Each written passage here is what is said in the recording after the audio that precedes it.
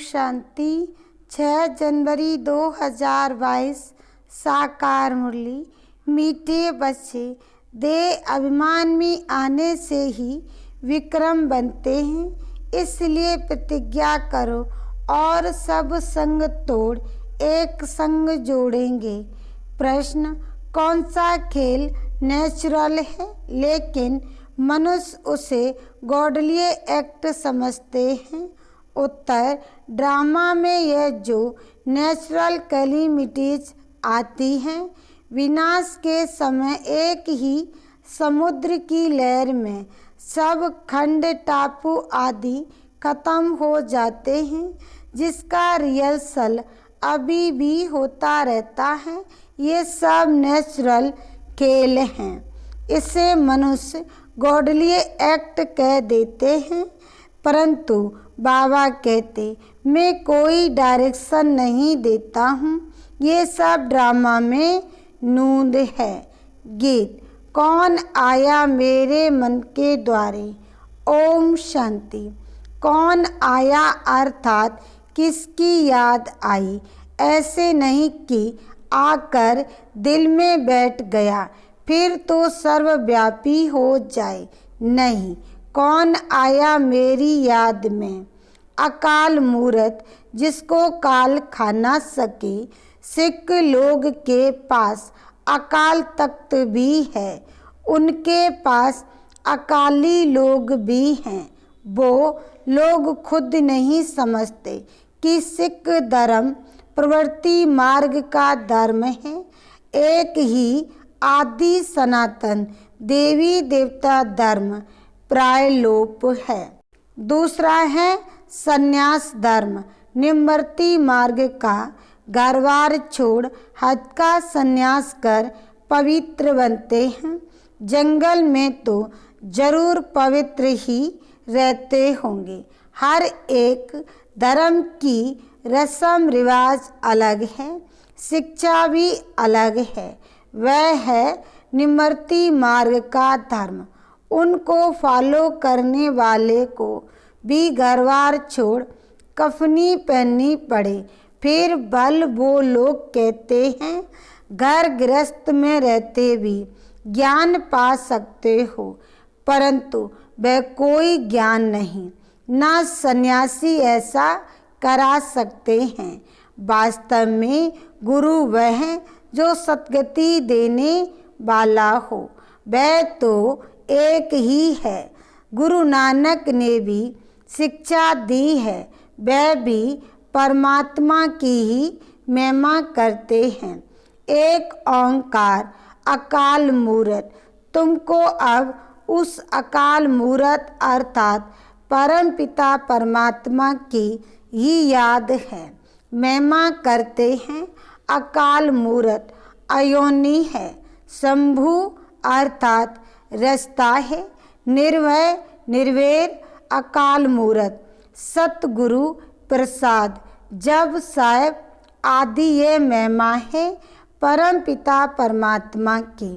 अकाल मूरत को ही मानते हैं, वही बताते हैं। सत्य आदि सत्य, होशी भी सत्य। फिर यह भी कहते हैं मूत पलीति पतित पावन माना ही। मूत पलीति कपड़े धोए साफ करते हैं, तब उनकी महिमा गाते हैं। फिर कहते हैं असंख्य चोर हरामखोर, ये सब इस समय की ही महिमा है। फिर नानक कहे नीचे विचार कर, फिर उनके ऊपर बलिहार जाते हैं। जरूर जब वह आया तब तो बलिहार जाते हैं। बाबा कहते मैं अल्लाह गड़काओं साधुओं का भी उद्धार करने आता हूँ, तो जरूर सब पतित ठहरे। अब यह है बेहद की बात, तो जरूर बेहद का मालिक ही आकर समझाएंगे। ब्रह्मा विष्णु शंकर भी मेरी रचना है। ब्रह्मा द्वारा आदि सनातन देवी देवता धर्म की स्थापना, शंकर द्वारा अनेकों धर्म का विनाश, दूसरे जो आते हैं सिर्फ अपने धर्म की स्थापना करते हैं। ऐसे नहीं कि वो गुरु लोग सद्गति दाता हैं। सद्गति किसकी करेंगे?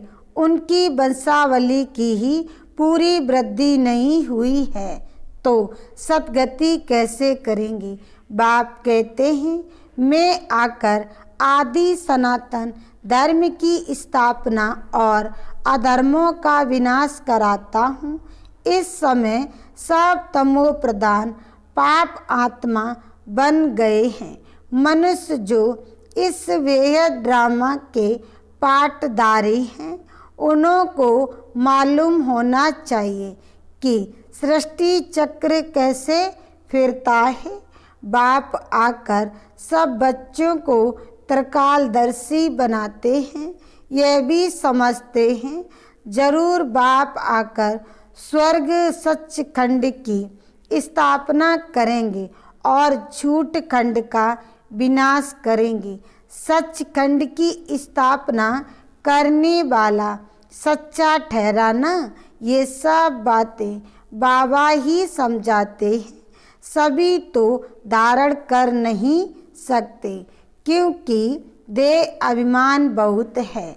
जितना देही अभिमानी होंगे अपने को आत्मा अशरीरी समझेंगे, बाबा को याद करेंगे तो धारणा होगी। देह अभिमानी को धारणा नहीं होगी। योग से ही आत्मा के पाप दग्ध होते हैं। दिन में तो देह अभिमान रहता है तो देही अभिमानी बनने की प्रैक्टिस कब करनी चाहिए?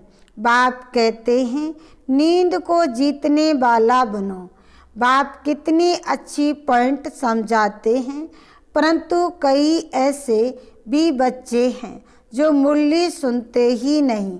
पढ़ाई तो मुख्य है, कैसे भी करके मुरली पढ़नी चाहिए, परंतु ऐसे भी नहीं विकारों में गिरते रहें और मुरली मांगते रहें।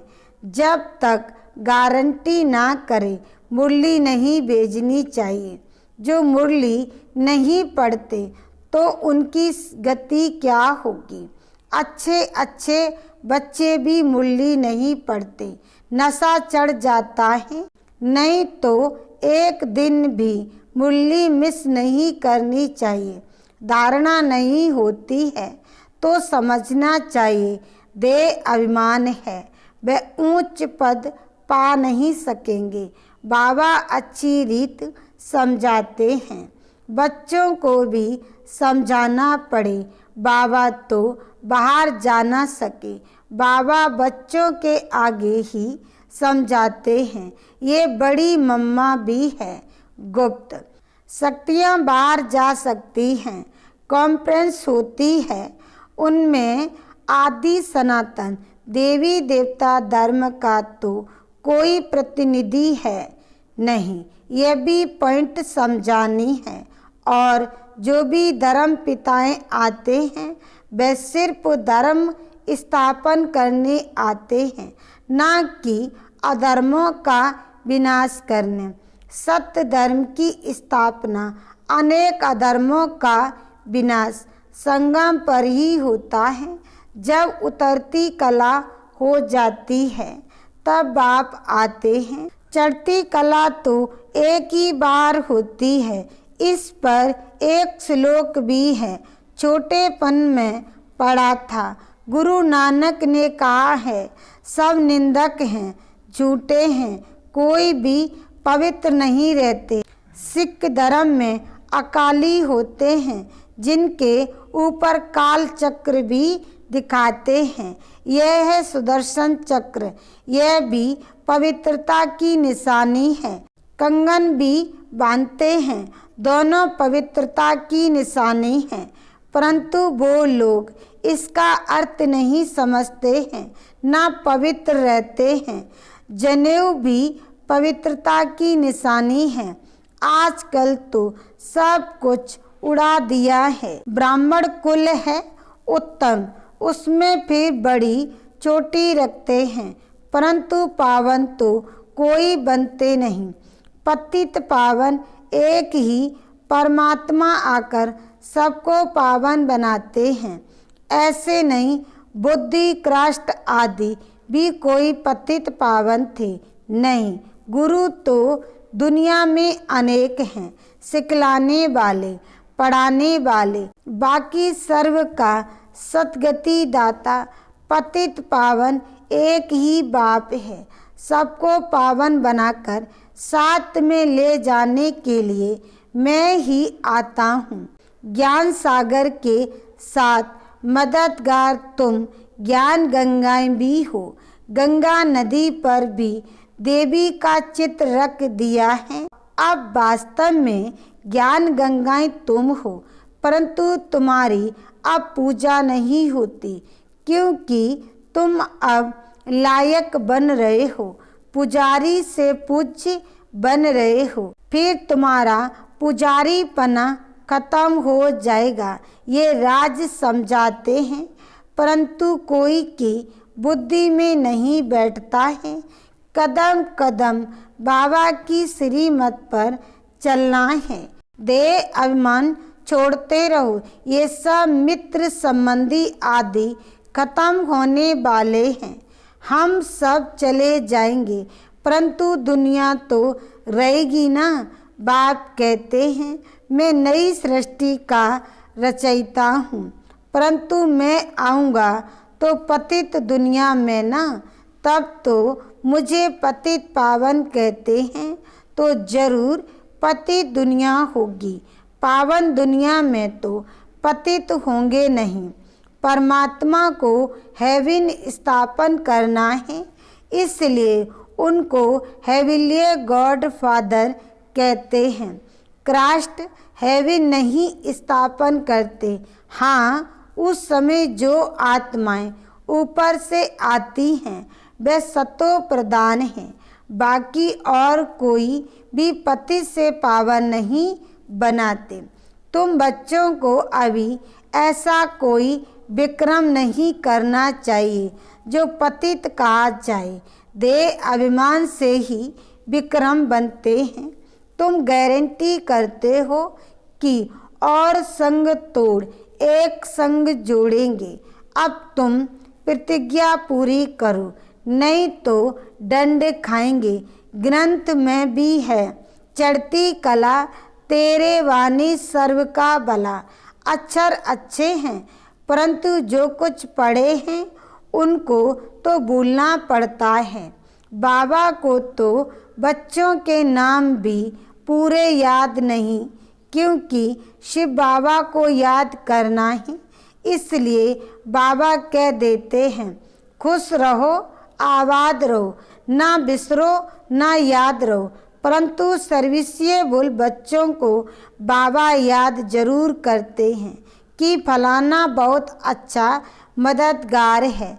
साहूकार तो घोर अंधियारे में पड़े हैं। कोई को पता नहीं पड़ता कि मौत सामने खड़ा है। भगवान बाज मैं राजयोग सिखाता हूँ, तो जरूर नॉलेज से गॉडेज ऑफ वेल्थ बनते हैं। यह सारी राजधानी बन रही है। नंबर वार तुम जानते हो, नंबर वार हम सब पढ़ रहे हैं। बाबा कहते हैं, मैं राजधानी स्थापन कर रहा हूँ, अनेक धर्मों का विनाश कराता हूँ। परम सतगुरु एक ही है, वह ऊंचे ते ऊंचा एक भगवान ही गाया हुआ है। ऊंचे ते ऊंचे ब्रह्मा विष्णु शंकर को भी भगवान नहीं कहते, तो राम कृष्ण को भगवान कैसे कहेंगे? वह तो है ज्ञान का सागर, पतित पावन। भगत भगवान को याद करते हैं, ब्रह्मा विष्णु शंकर को थोड़ी याद करते हैं। ये तो अभी विचारी बन गए हैं, तो कितनी अच्छी अच्छी बातें धारण करने की हैं। जो करेगा सो पाएगा। ज्ञान गंगाएं तुम हो, तुम नदियों का ही छोर किनारा है। सागर तो कहाँ जा नहीं सकता, परंतु वह जड़ सागर यह है चैतन्य, उसमें तो एक तूफान की लहर उठी तो बहुत नुकसान हो जाता है। विनाश के समय जोर से तूफान आएगा, सब खंड टापू आदि खलास हो जाएंगे, देरी नहीं लगती। नेचुरल कैलिमिटीज को गॉडली एक्ट कह देते हैं। तब कहा जाता है कि शंकर द्वारा विनाश तो गॉडली एक्ट हुई ना, परंतु बाप कहते हैं मैं कोई ऐसा डायरेक्शन आदि नहीं देता हूँ, ये सब ड्रामा में नूद है। तूफान, नेचुरल कैलिमिटीज आदि आदि सब अपना काम करेगी। कल्प कल्प यह कैलिमिटीज आनी ही है और सब खंड खत्म होंगे, बाकी एक भारत रह जाएगा। उसके लिए तैयारी होती है, रिहर्सल होती रहेगी। ये नेचुरल खेल बना हुआ है।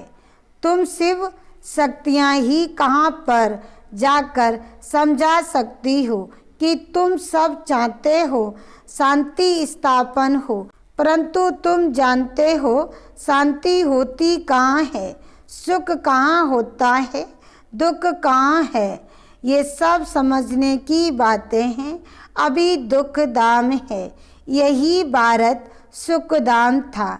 आदि सनातन देवी देवताओं का राज था। कलयुग है दुख धाम, इनका विनाश जरूर होना है। पहले अंत होकर फिर आदि होनी है। मध्य में है अनेक धर्म, सत्युग में एक धर्म था। ये ड्रामा का चक्र है, इसमें 4 मुख्य धर्म हैं। एक धर्म का टांग गुम है। देवता धर्म स्थापन करने वाला कौन है, ये बताओ। परम पिता परमात्मा ब्रह्मा द्वारा स्थापना कराते हैं। वास्तव में तुम भी प्रजापिता ब्रह्मा की औलाद हो, शिव की भी औलाद हो। ब्रह्मा की औलाद होने के कारण आपस में भाई बहन हो। तुम जानते हो हम उनके बने हैं। परम पिता परमात्मा पहले ब्राह्मण धर्म रचते हैं। ब्राह्मण धर्म है चोटी और सब धर्म वाले बाद में आए हैं नंबरवार। आखिर में तुम्हारी प्रत्यक्षता होनी है जरूर। अच्छा, मीठे मीठे सिकिलदे बच्चों प्रति माता पिता बाप दादा का याद प्यार और गुड मॉर्निंग। रूहानी बाप की रूहानी बच्चों को नमस्ते। धारणा के लिए मुख्य सार। पहला पॉइंट, ज्ञान की धारणा के लिए जितना हो सके देही अभिमानी रहना है। अशरीरी बनने का अभ्यास रात को जाकर करना है। दूसरा पॉइंट, कैसे भी करके मुरली रोज सुननी बा पढ़नी है, एक दिन भी मिस नहीं करनी है और संग तोड़ एक संग जोड़ने की प्रतिज्ञा करनी है। वरदान, बिंदु रूप में स्थित रह, उड़ती कला में उड़ने वाले डबल लाइट भव। सार में कहा, सदा स्मृति में रखो कि हम बाप के नैनों के सितारे हैं। नैनों में सितारा अर्थात बिंदु ही समा सकता है। आँखों में देखने की विशेषता भी बिंदु की है, तो बिंदु रूप में रहना यही उड़ती कला में उड़ने का साधन है। बिंदु बन हर कर्म करो तो लाइट रहेंगे। कोई भी बोझ उठाने की आदत ना हो। मेरा के बजाय तेरा कहो तो डबल लाइट बन जाएंगे। 129 बा विश्व सेवा के कार्य का भी बोझ अनुभव नहीं होगा। स्लोगन, विश्व परिवर्तक वह हैं जो निगेटिव को पॉजिटिव में परिवर्तन कर दे। लवलीन स्थिति का अनुभव करो। देह की स्मृति से ऐसे खोए हुए रहो जो देह अभिमान का, दिन रात का, भूख और प्यास का, सुख के आराम के साधनों का, किसी भी बात के आधार पर जीवन ना हो। तब कहेंगे लव में लीन स्थिति। जैसे समा ज्योति स्वरूप है, लाइट माइट रूप है, ऐसे समा के समान स्वयं भी लाइट माइट रूप बन जाओ। ओम शांति।